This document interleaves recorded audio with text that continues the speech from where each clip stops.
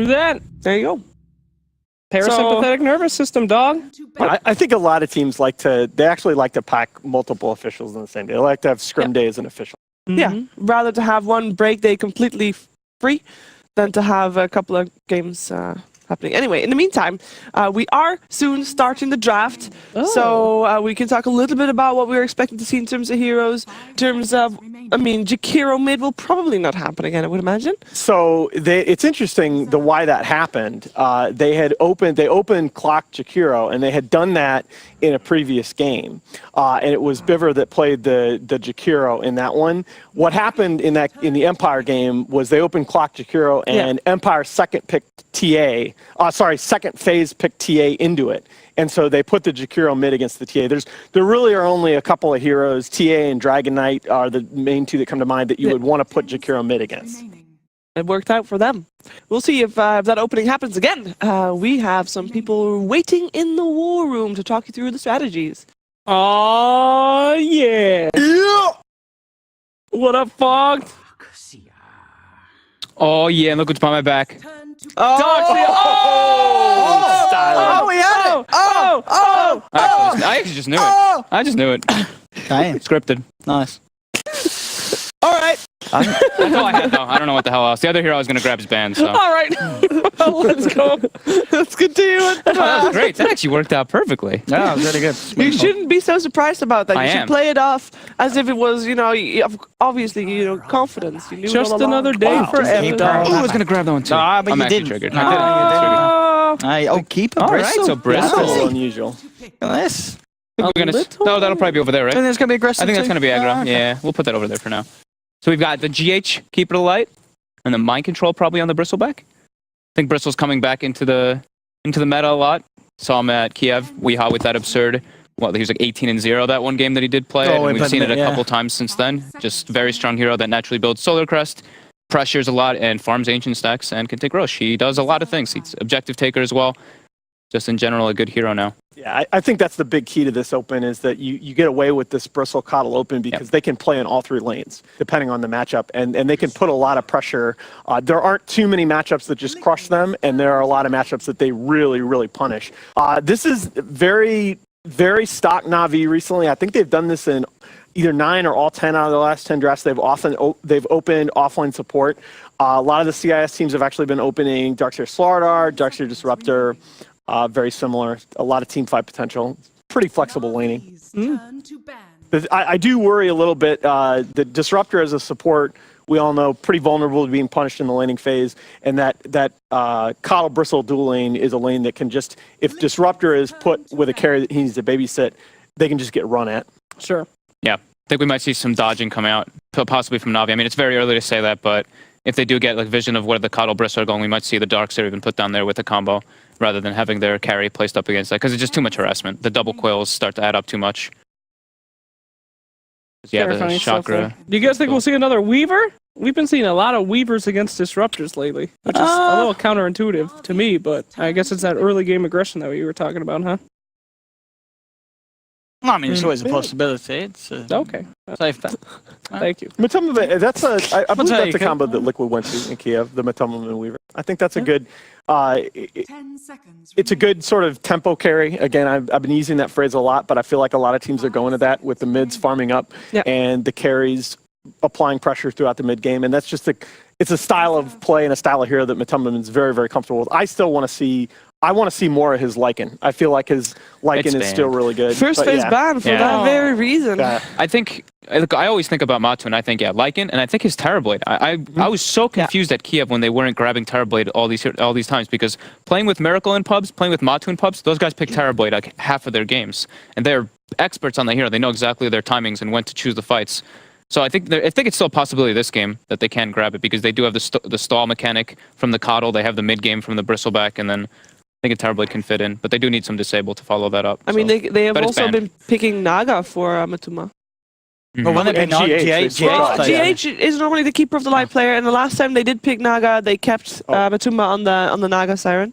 Yes. So I would imagine that they are going to stick with that if they're going to pick that again. Kuro has played plenty of Coddle in his career, but yeah, that's true that you generally put GH on it these days. And the Terrorblade does end up getting banned out. So Yeah. they read your mind in that one as well. Yeah, that's a super good point by Fog because Terrorblade was very, very good at Kiev overall. I think he was like 14-6. So that hero had a very good tournament. It was surprising to see Liquid not go that direction. So what are we looking for here? Because in terms of bans, we obviously got a couple of carries banned out, but we also have the Slardar and the Tusk removed. So you got those aggressive 4 positions. Which aggressive 4 positions are still in that we could see come out here? Because we already talked yesterday about Earthspirit not being super hot anymore.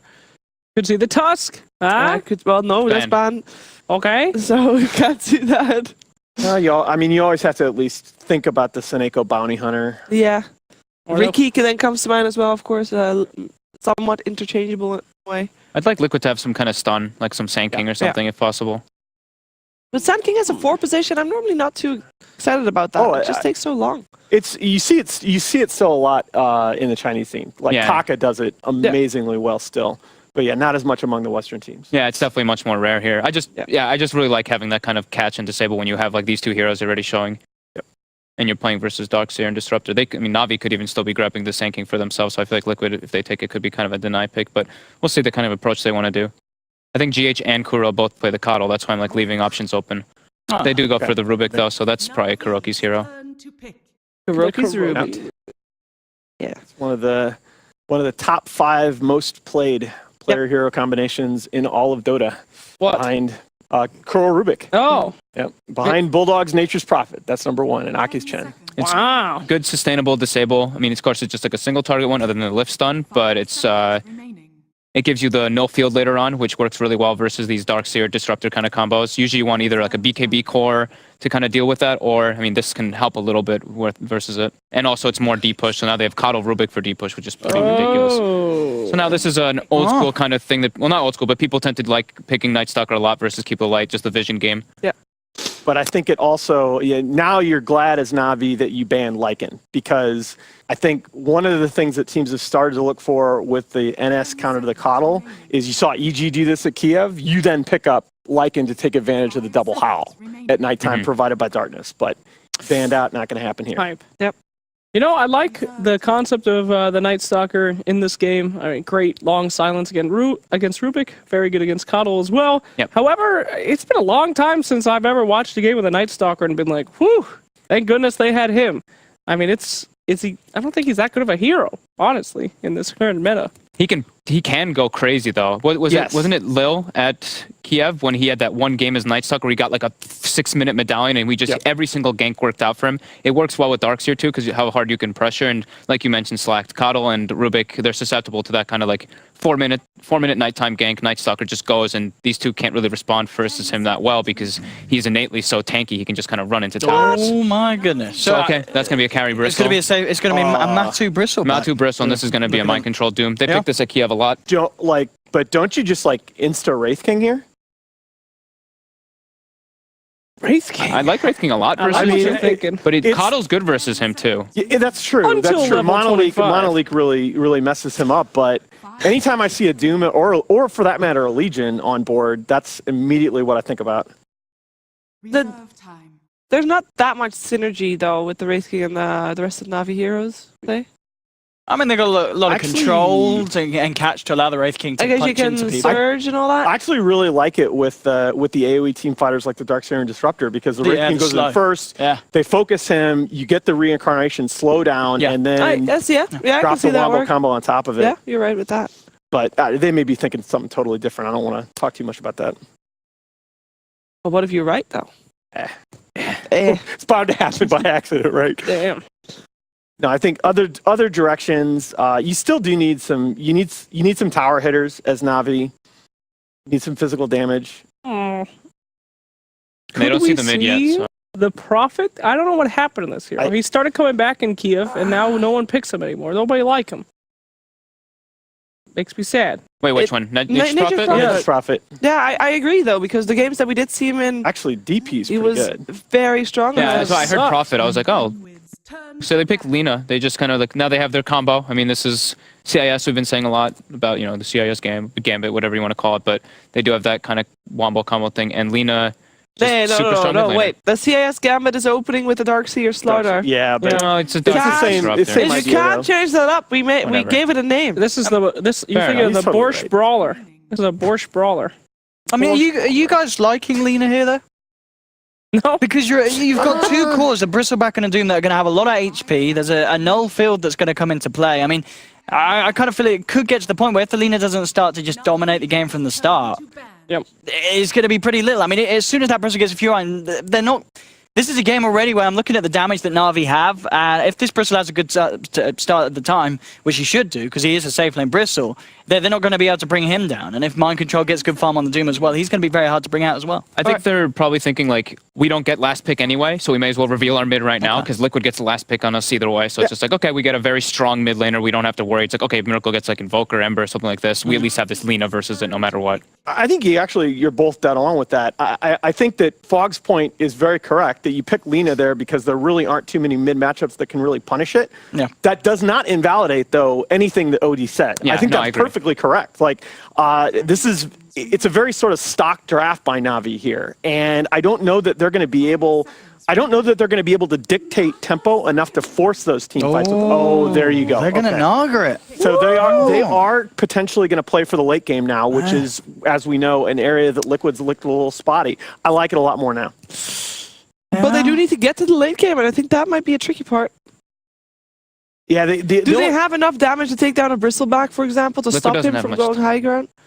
The other thing is that Naga's they base go. armor They get really it. high, really very good against the Bristleback. This is a very hard game for Navi, I think. Miracle Invoker. All right. Well, thanks, gents. Over to the commentating desk with you while we discuss who we think has the better draft. Now, I will go first and say that I think that you should never go up against a Miracle Invoker. That's just... I don't think know, Liquid is guys. going to take this one. Good effort. Good effort. Yeah. I can see that. What are you thinking?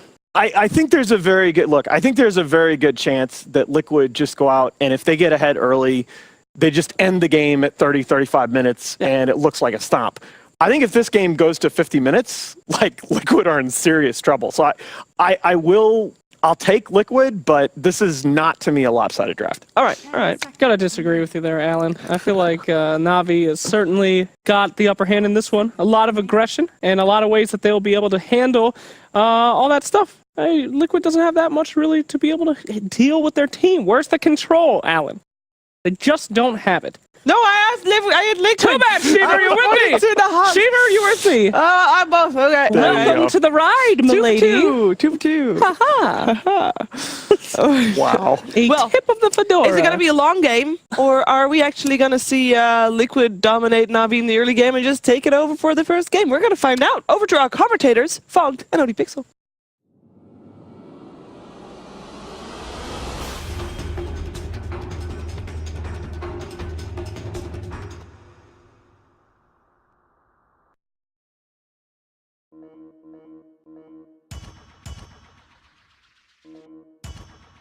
Hello, ladies and gentlemen, and indeed, welcome and get yourselves ready for game one of the day. Navi are going up against the boys from Liquid. We've just seen the drafts, as the panel said. Maybe a little worried for Navi in this one, but they have got this pie cut Naga. Maybe they can Naga it up and win with the Siren.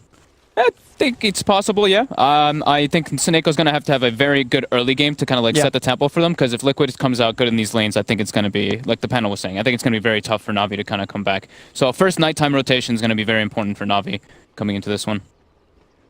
See how Liquid decides to put their pressure. It looks like they are going for an aggro tri-lane. They're going to be putting Dooms in the safe lane 1v1 versus the Darkseer. You can eat the Ion Shell creep if you want to, and then or you can have like a sustained creep if you find one of those big satyrs. It's not that bad of a matchup for the Doom. And yeah, this is a good approach. We used to talk about that a lot versus Naga Siren. Best way to start out versus her is just put a lot of pressure right away, and that's what they're doing. Boots, Rubik, Coddle, and Bristleback aggressive. And I mean, if you're Navi, do you have to move the Naga away from this, or do you just have to deal with it? Could we see them try and move, or are Liquid always going to mirror what you do? I think that they should probably dodge. I think They should try and dodge, yeah? Yeah, I think it's going to be a bit difficult. I think even potentially putting... I don't know, I think even having like the Naga mid isn't so bad, and then having like leaving like the Lina in the tri-lane, or even just throw the Darkseer down there. Like, I mean, that is the thing. Yeah, you're actually bang on there, because Naga mid was one of the ways we saw people win lanes against the Invoker, wasn't it? You get the poor mans, you have the illusions out, and Invoker can't deal with the illusions in the early stages of the game. Yeah. But we'll see what Navi do in terms of alterations, but at the moment, keeping them down here. They'll now know what the plan is from Liquid, as Liquid reveal themselves, coming across here to look to secure the room from Navi. They will be able to, and I believe already Navi are making moves. Nagasara and Pycat heading straight up to the top lane. They are gonna just go around and switch up the side lanes, by the looks of it. Yeah, kind of to be expected. Yeah. Soneko had his gold saved, so he just had tangos to start, just waiting to see any information, and he does go for boots. He had the Iron Talon and action just quick buy, so he was like, okay, if they don't go aggro, I'm just gonna straight up jungle, but since they are, I'm gonna switch it up. Kuro in position for a courier snipe. Courier is walking out. Is he gonna get this? Oh, it's going the long way though. Oh, they're he knows. smart. He knows something's up. Oh, no, they are keeping it on the very edge though. Yeah, we'll see if he gets on the way back. He's gonna go for it. Yeah. I'm keeping eyes on. Oh, he's gonna get it, I think. Is this just gonna go straight down the middle? They're gonna keep it up. Oh, he's gonna get it. Yeah, they've got it. Kuro comes in and easy courier, easy life, and the taunt as well. Beautifully done there by Kuroki, and certainly My control caused a top. little issue. They actually get him. Okay. So they may have lost their courier, but they secure Pycat. First blood here on the Nagasara. Brilliant way for him to start the lane. The lane switch up already favoring Navi. Yeah, my control not really expecting that much damage to come out from the three of them. He has like the poor man shield to start on the Doom, but yeah, just too much damage coming out from those three. Mid lane as well. Dendi, despite losing the courier, of course, doesn't care too much at the moment, as he's doing fine in terms of regen. He's been able to zone Miracle right back here. Through that. There you go. Parasympathetic nervous system, dog. I think a lot of teams they actually like to pack multiple officials in the same day. They like to have scrim day as an official. Yeah, rather to have one break day completely free than to have a couple of games happening. Anyway, in the meantime, we are soon starting the draft, so we can talk a little bit about what we're expecting to see in terms of heroes. In terms of, I mean, Jakiro mid will probably not happen again, I would imagine. So it's interesting why that happened. They opened Clock Jakiro, and they had done that in a previous game, and it was Biver that played. Oh, we had it! I actually just knew it. I just knew it. Damn. Scripted. Nice. All right. That's all I had though. I don't know what the hell else. The other hero I was gonna grab his band, so. All right. Let's go. Let's continue with the Oh, that was great. That actually worked out perfectly. Yeah, that was really good. You shouldn't be so surprised about that. I You should am. play it off as if it was, obviously, confidence. You knew Just it all along. another day for Keep M. that. Ooh, I was gonna grab that one too. Nah, but I'm you actually didn't. triggered. No. I did. Keep it. All right, Bristol. so Bristol. A little unusual. Look at this. We're gonna. No, that'll probably be over there, I think right? there's going to be aggressive. I think that's too. gonna be aggro. Yeah. Played the Jakiro in that one. What happened in the Empire game was they opened Clock Jakiro, and Empire second phase picked TA into it. And so they put the Jakiro mid against the TA. There really are only a couple of heroes. TA and Dragon Knight are the main two that come to mind that you would want to put Jakiro mid against. It worked out for them. We'll see if that opening happens again. We have some people waiting in the war room to talk you through the strategies. Oh, yeah. What up, Fog? Oh yeah, and look what's behind my back. Yeah, we'll put that over there for now. So we've got the GH, keep it alight, and the mind control probably on the Bristleback. I think Bristle's coming back into the meta a lot. Saw him at Kiev, Weehaw with that absurd. Well, he was like 18-0 that one game that he did play, and we've seen it a couple times since then. Just very strong hero that naturally builds Solar Crest, pressures a lot, and farms Ancient Stacks, and can take Rosh. He does a lot of things. He's objective taker as well. Just in general, a good hero now. Yeah, I think that's the big key to this open is that you get away with this Bristle Coddle open because they can play in all three lanes, depending on the matchup, and they can put a lot of pressure. There aren't too many matchups that just crush them, and there are a lot of matchups that they really, really punish. This is very, very stock Navi recently. I think they've done this in either 9 or all 10 out of the last 10 drafts. They've opened offline support. A lot of the CIS teams have actually been opening Darkseer Slardar, Darkseer Disruptor. Very similar. A lot of team fight potential. Pretty flexible laning. But I do worry a little bit. The Disruptor as a support, we all know, pretty vulnerable to being punished in the laning phase. And that Coddle Bristle dual lane is a lane that can just, if Disruptor is put with a carry that he needs to babysit, they can just get run at. Sure. Yeah, I think we might see some